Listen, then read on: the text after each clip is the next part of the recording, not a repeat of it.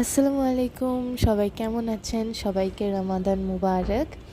রোজা প্রায় শেষের দিকে আর আমি একটা ছোট্ট ব্লগ নিয়ে এসেছি। সো আজকে আপনাদেরকে দেখাবো যে আমাদের ইফতার টেবিলে কি কি থাকে।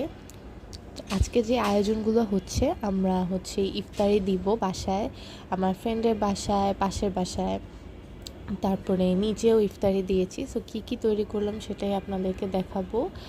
তো এখানে আছে দই চিড়া, এটা আমাদের বাসার ইফতারি কনস্ট্যান্ট। বাই দ্য ওয়ে, এখানে যত কিছু আইটেম আপনারা দেখছেন মোটামুটি সবই আমাদের এভরিডে ইফতারির টেবিলে থাকে। তো এখানে আছে ফ্রুটস, তরমুজ, মালটা, আপেল, দই চিড়া। এটা রেসিপি চাইলে আপনারা কমেন্ট করে জানাবেন, রেসিপি দিয়ে দিব।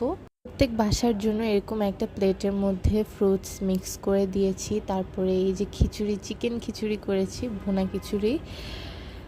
এটা যখন ভুনা হয়ে গেছে ওইটা ক্লিপ আমি নিতে মনে ছিল না, বাট এই যে রান্নার প্রসেসিংটা, সাথে ছিল পেঁয়াজু, বেগুনি, চিকেন ফ্রাই, চিকেন ললিপপ, সবই হোমমেড। আর এই যে ছোলা।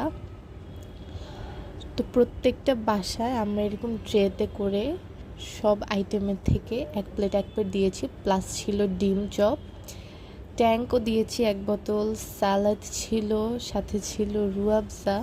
রুয়াবজা অনেকেই খেতে পছন্দ করে না, বাট আমরা রুয়াবজাতে মালটা আর লেবু দেই, যার কারণে টেস্টটা আরও এনহ্যান্স হয়। আপনারা ট্রাই করে দেখতে পারেন। সাথে ছিল জিলাপি আর ফ্রুট কাস্টার্ড। সো এই যে ফ্রুটসগুলো কেটে নিয়েছি, এখন আমি মিক্স করে নিচ্ছি। ফ্রুটসের মধ্যে আমি দিয়েছি নাশপাতি, আপেল, কলা, আম, আনার আর আঙ্গুর। এখন সব ফ্রুটস একসাথে মিক্স করে দেন পুরো কাস্টার্ডটাকে মিক্স করে নিব। আর তারপরে সব কিছুকে এরকম একটা ট্রেতে সাজিয়ে প্রতিটা বাসায় বাসায় দিয়ে দিয়েছি। আর হ্যাঁ, সাথে ছিল হালিম। ইফতারি রেডি করার টাইমে অনেক তাড়াহুড়ো লেগে যায়, যার কারণে আমি প্রতিটা ট্রের সিঙ্গেল সিঙ্গেল ফুটেজ নিতে পারিনি। কারণ একে তো ইফতারি তৈরি করতে লেট হয়ে যায়, গ্যাসের অনেক প্রবলেম। আপনাদের এরিয়াতেও গ্যাসের প্রবলেম হয় নাকি আমাকে জানাবেন। আমরা তো সব কিছু ইলেকট্রিক চুলায় করতে হয়, তাও অনেক টাইম লেগে যায় ইফতারি তৈরি করার টাইমে। এই ছিল আমার একদিনের ইফতারি, যেটা আমরা সবাইকে দিয়েছি। সো আশা করছি আপনাদের রমাদান ভালোই কাটছে। ঈদ চলে এসেছে, সবার কী কী প্ল্যান ঈদে আমাকে অবশ্যই কমেন্ট বক্সে জানাবেন। সো আজকের জন্য এতটুকুই।